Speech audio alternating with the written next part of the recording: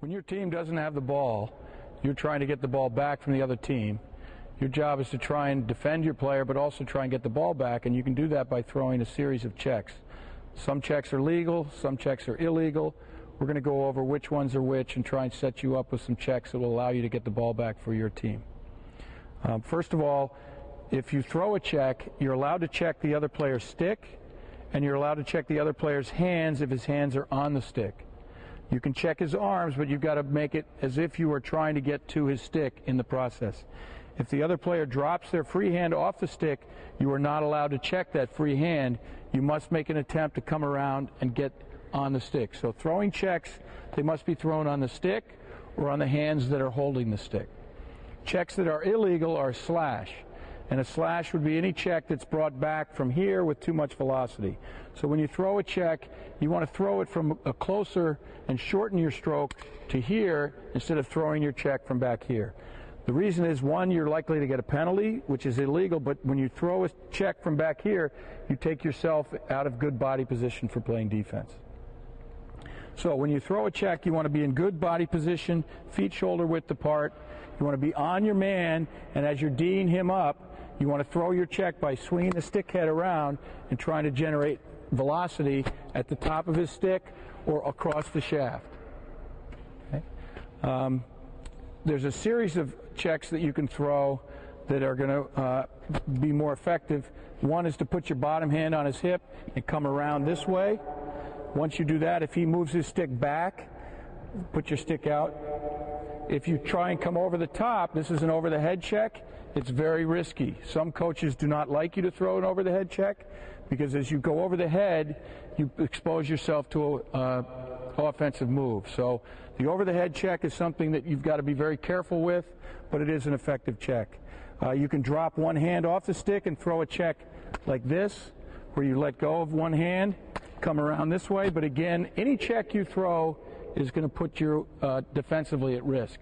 Some coaches prefer you not to throw any checks and just play good, solid defense. Other checks that are illegal, you're not allowed to hit the head at all. So anything that makes a clang on the helmet is illegal. That's one reason offensive players carry their stick up high. Checks that are illegal is a cross check, where you use the shaft of your stick on the player. This is a cross check. You can get away with it if your hands are together and you're pushing on the hip, but as soon as your hands are apart, this is a cross check. Slashing is when you hit him anywhere other than the stick. If you hit him in the knee, ankle, shoulder, and you're not trying to get, that's slashing. Another good check is as you come in to defend somebody, you get your stick in between his body and the stick, and then you push this way so that it breaks the stick from his hand. So it's insert the stick in and lift it out that way. Another check that's very effective is called the lift check, and it's when you get your stick underneath the player's bottom hand and lift his hand up, which turns the stick head down and drops the ball. Once the ball comes out, you want to quickly step in and get body position so that you're there to scoop the ball from the other player. In addition, if he is in passing and throwing or shooting motion and you can't reach his stick, what you want to do is check his hand and put as much pressure on it as you can, which will take velocity and accuracy off of the pass or the shot. So it's the bottom hand that you can reach. You can go ahead and put your stick on it. You can't hold it for a long period of time, but you can put it there right as he's about to shoot. So the timing of your checks is also very important. Playing great defense is mainly about your footwork, but all the top-notch defensemen have a variety of checks at their disposal. The first one we're going to demonstrate, and probably the most popular, is the simple poke check. A poke check gets its name because it looks like you're poking someone, and it's simply poking it and delivering it. The time you most likely are going to use this is when an attackman or a midfielder brings his stick in front of his face, either for a face dodge or a split dodge.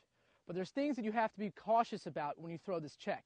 The thing you don't want to do is put all your weight into the check and lunge forward. If I'm throwing my poke check like this, you can see all my weight's forward, and if I don't dislodge the ball, the attackman's going to run right by me, and I won't have the ability to drop step and catch up in time to prevent him from getting a shot.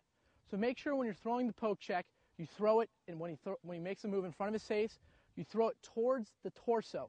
If you go up too high, you're going to get a hitting in the head, a high hit, And if you throw it too low, you're likely to get a tripping penalty. So make sure when you deliver this check, you're light on your feet, your weight is balanced. It's not tops heavy at the attackman. You're light on your feet, you're balanced, and you deliver it right to the middle of his shaft.